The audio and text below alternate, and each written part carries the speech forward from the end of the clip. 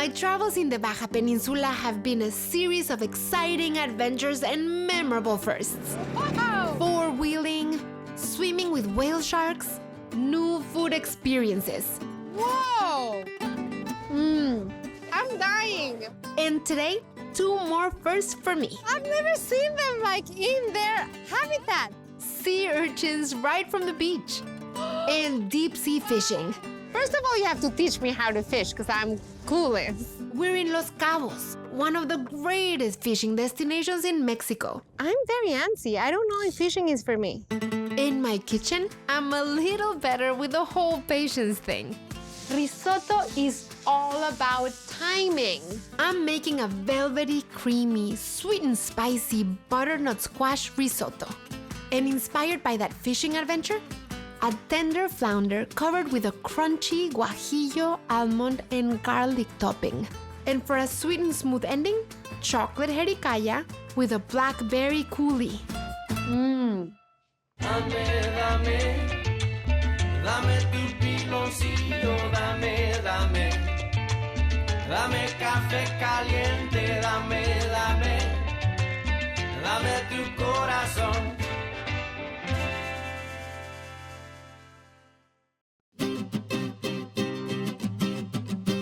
If you've been to the Baja Peninsula, or even if you thought of going, chances are you've heard of Los Cabos. All the way down at the bottom of the peninsula, Los Cabos is one of Mexico's most popular destinations, and why not? It's easy to get to, it's got the all-inclusive and luxury resorts that we all love, and just look at the beauty of that deep blue bay. One of the big draws here is fishing. How would you describe the fishing here? I compare a little bit with the south of Italy, for example. Yeah. Because south of Italy is a lot of tuna, and here it's a lot of tuna as well. You don't need sometimes to go very deep into the sea because they came very close to the coast. But Baja makes it easy. Yeah. I'm spending the day with Guillermo Gomez, executive chef of Hotel Esperanza, to get the full Cabo experience. I've seen photos of here Cabo in the 60s, and there's barely anything. Yes, it was only the beach, a few palapas, and Like that's a it. little, yeah. The evolution into the Cabo you see today really started in the 60s, when a small group of wealthy Americans started coming for the marlin fishing. Word spread that Cabo was home to some of the best sport fishing in North America. Hotels, restaurants, and mega resorts followed. So what are we hoping to find today? First of all, you have to teach me how to fish because I'm clueless. Right over your hip? Oh, I see, okay. Entonces, ¿cómo le haces cuando agarras al... Whoa! Sí. Déjame- I'm gonna fall in the water. Esta caña, por ejemplo, What's your favorite fresh fish preparation?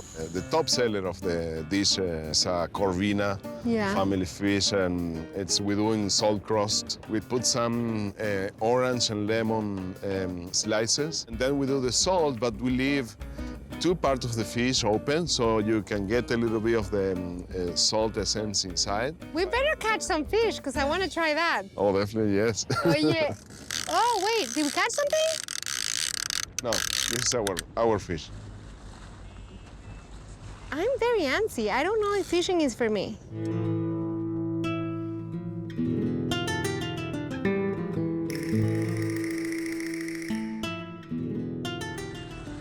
Cara is the producer, and Cara doesn't do really well on boats. No. How are you doing, Cara? You know what really doesn't help motion sickness? Yeah. Talking about it. I know. So you feel a little bit sick now. Yeah. Then you get off the boat, you feel... Yeah, we did! Yay! Yay! Nice. Wow! We were lucky. Wow! Yay! Super nice catch! Lunch? Lunch. Yeah. So that was pretty amazing. In a little bit, I'm gonna make a super simple and tasty flounder inspired by that fishing trip in Cabo. And to go with that, a creamy, rich, to die for risotto. But first, my sweet tooth is feeling a little left out. I have a dessert that goes with absolutely everything. It is creamy, it is rich, it is so chocolatey, and it is also very light. And it is called jericaya. Jericaya is like a cross between a flan and a light custard. It's a very, very popular dessert that you find mostly in Jalisco, in Mexico, but its popularity has spread everywhere, and you know where you can find fabulous jericaya? You won't believe this. In gas stations. I know, it's crazy, I know, but in Mexican gas stations, you find a lot of really good stuff. You can find them in all flavors, mostly vanilla or cinnamon, but at home here, we are super chocoholics, so I wanted to make a jericaya that was very chocolatey, so that's what we're gonna do. And I have 8 ounces of chocolate. I have a double boiler. You can see I have water under here that's simmering over medium heat, so I'm just adding the chocolate in there. This dessert goes with absolutely everything because it is just very light and refreshing. And even though it's creamy and it's yolk-based, it's just smooth and it's a really nice and refreshing ending to any meal. And then I have 5 cups of milk. I'm gonna add a tablespoon of vanilla extract. I have a stick of canela or true cinnamon. And I'm gonna let these come to a gentle simmer. And meanwhile, I'm going to start making my custard base, which has 9 egg yolks, a cup of sugar, pinch of salt. So you need to whisk these for 60 Mississippis. As I tell my boys, you can also whisk it for 60 Popocatépetls, which is a very famous volcano near my hometown in Mexico City. Both Mississippi and Popocatépetl are beautiful words. The chocolate is completely melted. My milk is also ready, and you can see how it created that thin film on top. And now I turn off the heat. I'm gonna let it cool a little. And now we have the 3 things that we prepared very simply that now just need to come together. We have here the egg yolks that need to be combined with the melted chocolate. And the melted chocolate is still a little bit hot, so we need to add it very slowly so as to temper my egg yolk mixture. This dessert makes me think of deep Mexican culinary traditions because, you know, Mexicans, we love our chocolate. And chocolate originated in Mexico. You're welcome, world. You can see how thick it is now, but we're gonna make it light again. Remove the cinnamon sticks from the milk, and then again, really slowly, I'm gonna temper again my egg yolk chocolate mixture. You know what it smells like? It smells like chocolate caliente, like Mexican hot chocolate. And the amazing thing is that we're gonna end up with a creamy custard dessert that it tastes like Mexican hot chocolate. And the jericayas are not going to fluff up, so you can feel the ramekins almost all the way to the top.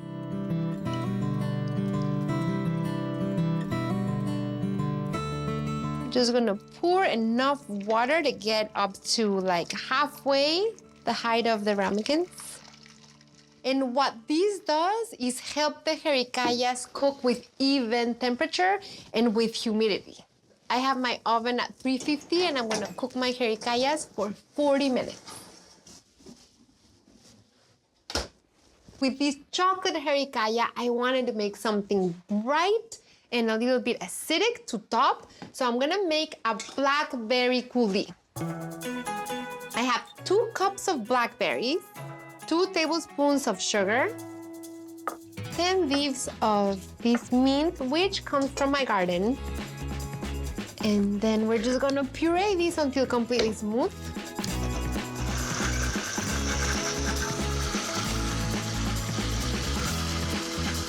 So now I'm gonna strain into the bowl to have a super, super smooth blackberry coulis that doesn't have all the blackberry seeds. Because the jericaya is so creamy and light and smooth, I want a topping that is just as soft and delicate.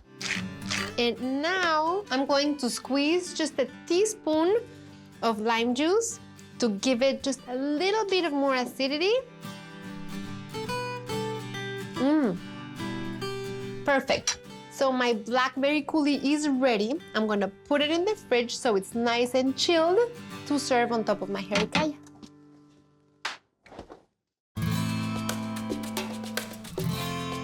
I'm spending a day in Los Cabos with Guillermo Gomez. Our patience out at sea paid off. And to the delight of our seasick producer, Cara, we're back on land, heading to Hotel Esperanza to cook our catch of the day. But our adventure isn't over yet. Whoa! So it's full of sea urchins, but I've never seen them like in their habitat. I'm so excited right now. I'm so excited. Sea urchins are one of the world's most exquisite delicacies, and we're surrounded by them. they filter the water, so sometimes they push the water out. They have a nice also mineral taste. You don't want to step on any of these. You just want to eat many of these. ¿Verdad?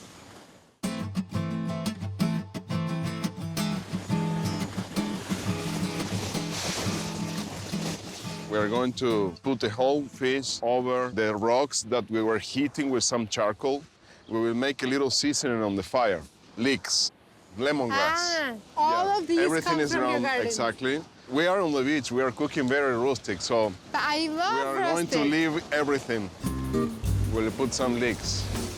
Put a little salt in the middle. Okay. And then we'll put some lemongrass and also some citrus. So an orange, a lemon,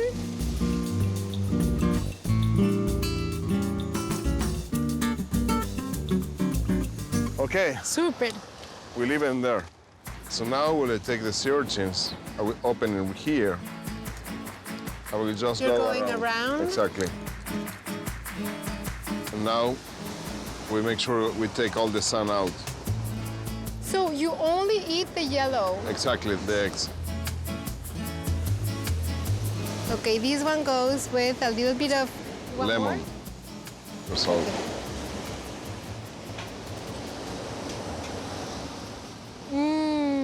Nice flavor. You know what it reminds me of a little bit? Like the aftertaste of chicken liver or foie gras, but with sea. With the sea taste. in the hand, yeah. Okay, so now some tacos. Yeah. Yes. Our little toppings for the tacos. So we Yeah. have the beach braised vegetables, the parsnip, carrot, the leeks also. The Okay. edible plate is ready. Leave Oh, no. the texture how of moist. this fish. A little bit of carrot. This is a salsa matcha. Okay.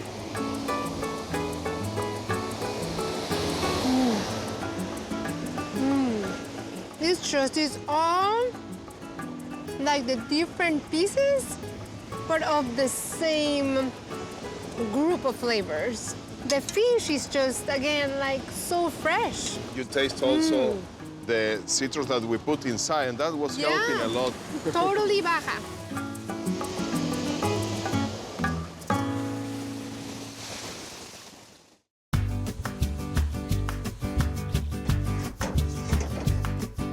My chocolate jericayas are ready, and this is how you know that they're ready. So you see the top is set, but when I go like that, they jiggle a little.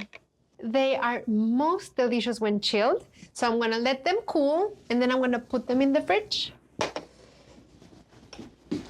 I'm gonna make a butternut squash and chipotle risotto.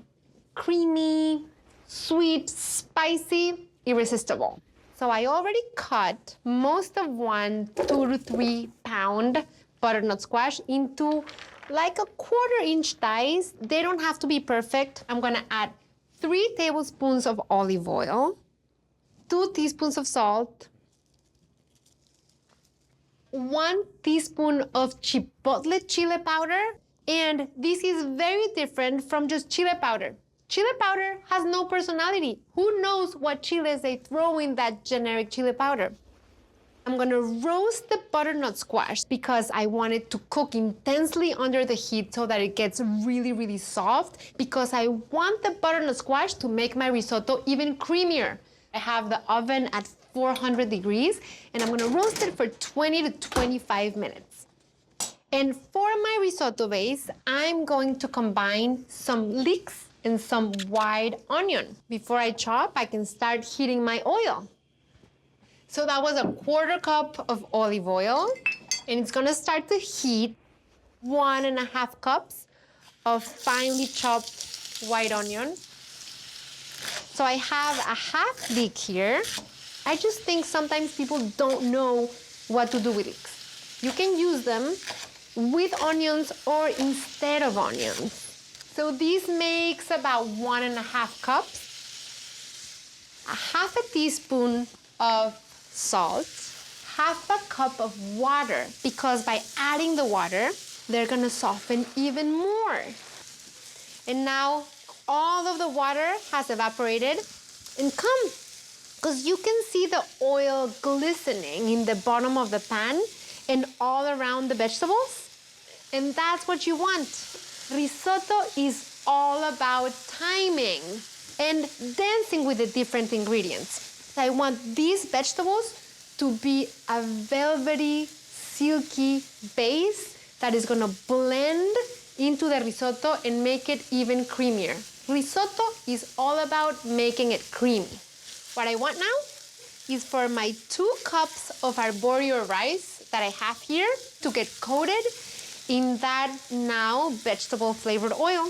What this is gonna do is that the rice kernels are gonna get covered in that tasty oil, and that's gonna give them a protective layer that's going to help them absorb the liquid very slowly so that they retain not only their shape and form, but also their flavor. Now I need to add a cup of wine, and I'm adding a cup of white wine that's dry. We wanna balance the acidity of the wine with the starchiness of the rice. And I'm gonna keep on cooking for another minute until the wine evaporates. And I'm gonna check my butternut squash. And look at the color. I mean, I could eat these like these, guess where? In a tortilla. So I now need to start adding my chicken broth and my butternut squash in batches. I'm adding some now with the broth so that it cooks along with the risotto and becomes even creamier. And then I'm gonna add some near the end, so I also have some nice bites of that butternut squash. You need to add the broth, which should be hot and simmering, to the risotto a couple of ladles at a time, because you want the broth to be absorbed by the risotto rice very slowly, so that the rice absorbs the broth at the same time as the rice releases its starch, which is what makes the risotto creamy. The risotto to be like an incredible al dente but creamy risotto needs to have these steps. So when you finish cooking risotto, you always need to add something that's creamy and buttery to make it even more creamy and buttery. So aside from adding some butter, I'm gonna mix a cup of mascarpone. So this risotto is not gonna be creamy, it's gonna be ridiculously creamy. 1 tablespoon of maple syrup, which is going to enhance the sweetness from the butternut squash. 2 tablespoons of the adobo sauce from the chipotles in adobo sauce. This chipotle is very different from the ground dried chipotle that we added to the butternut squash. It is sweeter, it has a lot of tomato flavor in it, and more spices.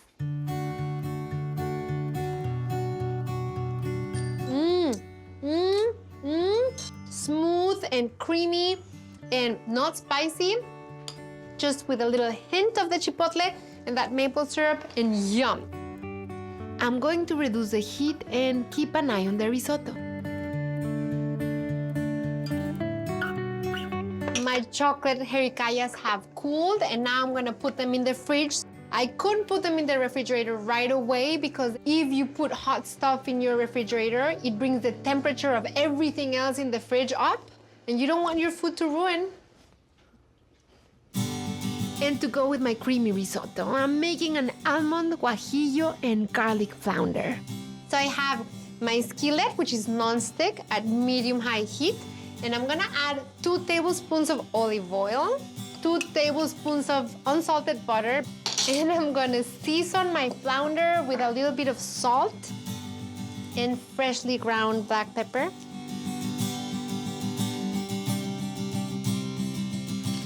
And then what this fish is gonna go with, 2 guajillo chilies. Because these guajillo chiles weren't toasted or rehydrated, they're just easier to cut with scissors.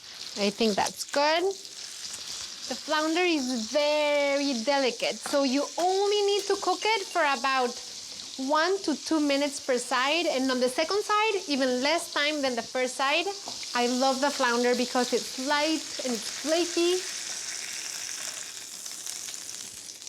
And then to that oil and butter, 15 garlic cloves, and the guajillo chilies, which are now going to fry a little and rehydrate in the oil. 1/3 cup of slivered almonds. You can see how the guajillo chilies are toasting. And this goes right on top of the fish. My risotto looks ready. Now is the moment when you turn it off. And then I'm gonna chop some epazote and some cilantro.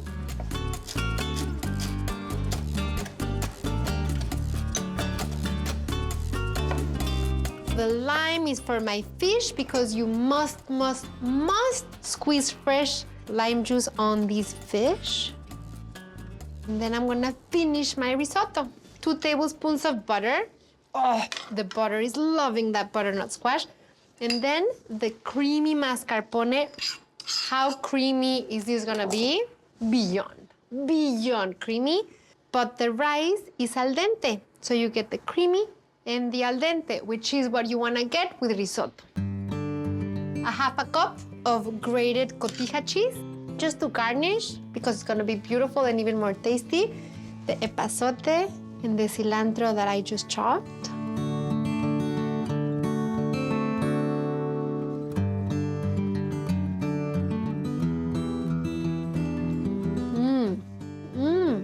The fish is so light.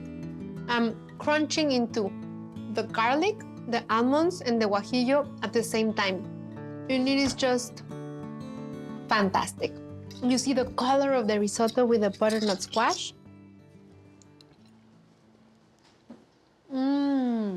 It's just so creamy and delicious. And then it has even more sweetness, but in a savory way because of the spiced up butternut squash. Really happy with how this is playing together. This is like a sophisticated, beautiful version of Mexican food, which is what you find in Los Cabos. So my jericaya has chilled, and I'm gonna add some of the blackberry coulis on top, a few blackberries, a few mint leaves. So pretty, and now we're gonna eat all that pretty. Oh, so soft.